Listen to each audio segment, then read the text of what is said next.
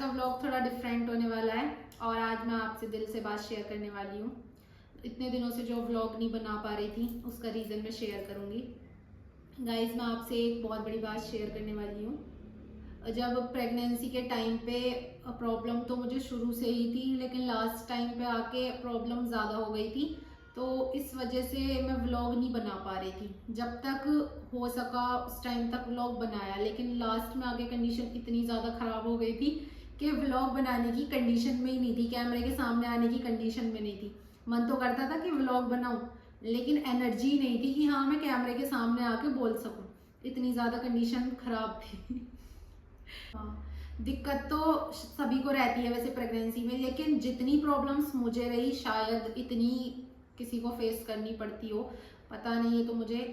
लेकिन मैंने इस टाइम पे इतनी ज़्यादा प्रॉब्लम फेस करी है कि मैंने किसी को नहीं देखा इतनी ज़्यादा प्रॉब्लम फेस करते हुए। स्टार्टिंग से ही मुझे शुरू से ही वोमिटिंग आनी शुरू हो गई थी और लास्ट टाइम तक इतनी वोमिटिंग आई पूरे 8.5 महीने तक, लास्ट टाइम तक जब तक डिलीवरी का टाइम था उस टाइम तक भी। अब कोई सही इंसान भी है, उसे भी वोमिटिंग आ जाए तो कितनी प्रॉब्लम होती है, और उसमें इस हालत में वोमिटिंग का आना, इतनी ज़्यादा दिक्कत होती थी, बहुत ज़्यादा। तो इसी वजह से मैं व्लॉग नहीं बना पा रही थी। सोचती भी थी कि बनाऊं, सब कुछ बोला भी था कि मैं शुरू से लास्ट तक सब दिखाऊंगी, तो पर नहीं हो पाया। कैसे वो करते, और मम्मी भी ऐसा नहीं है कि हाँ व्लॉग का काम वीडियो बनाना इतना इजी है कि हाँ बना लो। फिर मम्मी अगर एक बार को बना भी लेती, फिर एडिटिंग करना, अपलोड करना, थंबनेल बनाना, काम भी करना, और फिर मेरा भी ध्यान रखना, तो इतना सारा मम्मी भी नहीं कर सकती थी, तो इसलिए नहीं बना पाए हम। अब हमने सोचा कि फिर चलो नहीं बना रहे, बाद में देखेंगे। और फिर ऐसा हुआ कि उसमें जब एडमिट होने का टाइम आया तो मुझे 2 दिन पहले एडमिट कर दिया गया था लास्ट टाइम पे आके। और सारी प्रॉब्लम्स तो देखी जाए, लेकिन मेरा शुगर लेवल इतना हाई हो गया था कि उसमें इतने शुगर बढ़ गया था, तो उसमें ऑपरेशन भी नहीं हो सकता था। तो मुझे पहले 2 दिन पहले एडमिट करा गया, फिर दिन में 10-10 इंजेक्शन, रात को बोतल लगनी, कहीं कुछ लगना, तो उसको शुगर को कंट्रोल किया गया। फिर जब जाके ऑपरेशन हुआ मेरा। इतनी ज़्यादा प्रेगनेंसी इतना इजी नहीं है जितना सोचते हैं। बहुत दिक्कत होती है भाई, बहुत ज़्यादा। और फिर डिलीवरी के बाद रेस्पॉन्सिबिलिटी भी बढ़ जाती है, बच्चे का ध्यान रखना, खुद को अपना ध्यान रखना, अपने आप को रिकवर करना, तो वो सब रिस्पॉन्सिबिलिटीज बढ़ जाती हैं। और हमारे साथ तो ऐसा हुआ कि मेरा ब्लड ग्रुप ओ नेगेटिव था, तो हरमन को इतना ज़्यादा पीलिया हो गया था कि वो हमें दिया भी नहीं था। वो 4 अप्रैल को हुआ था, तो 4 अप्रैल को ही वो हमें दिखा के, मुझे तो खैर पता ही नहीं था, मुझे आईसीयू में रखा गया था। और फिर इनको मम्मी, आपको दिखाया था, मम्मी को और हरमन के डैडी को दिखा के, और मतलब फिर उसको मशीन में रख दिया गया था। फिर वो मशीन में रखा, हमारी 11 तारीख में, हम 2 तारीख में एडमिट होके फिर हमारी 11 तारीख में डिस्चार्ज हुआ था। तो फिर उसी दिन मिला था हरमन हमें।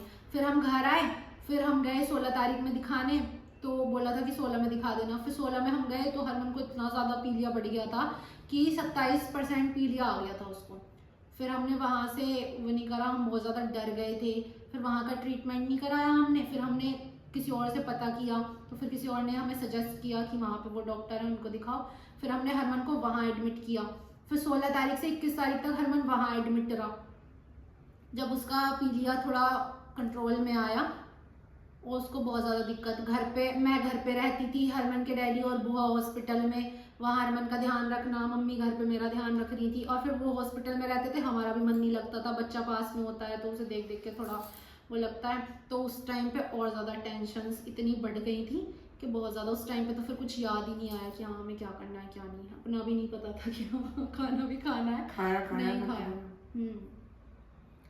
तो इतनी ज़्यादा प्रॉब्लम्स फेस करी हैं हमने। सोचा नहीं था कि हाँ इतनी ज़्यादा प्रॉब्लम्स होंगी, लेकिन भगवान ने हमारी परीक्षा पूरी ली है, जिसे कहते हैं कि हाँ भगवान परीक्षा लेते हैं।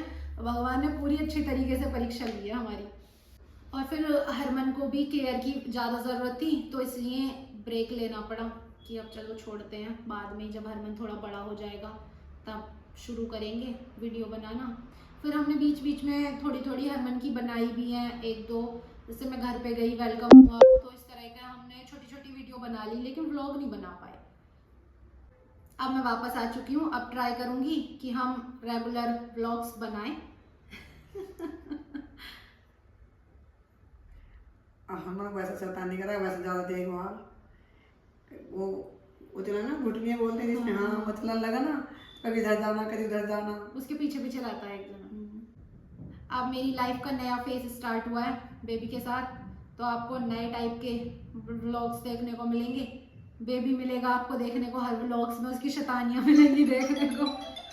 बस गाइस, आज का व्लॉग यहीं एंड होता है। आप मुझे सपोर्ट करते हो तो वीडियो को लाइक ज़रूर करना, चैनल को सब्सक्राइब कर लेना और अपना प्यार ऐसे ही बनाए रखना। अगर आप भी किसी ऐसे फेज से गुजर चुके हो तो कमेंट ज़रूर शेयर करना। मिलते हैं नेक्स्ट व्लॉग में। Bye bye, take care.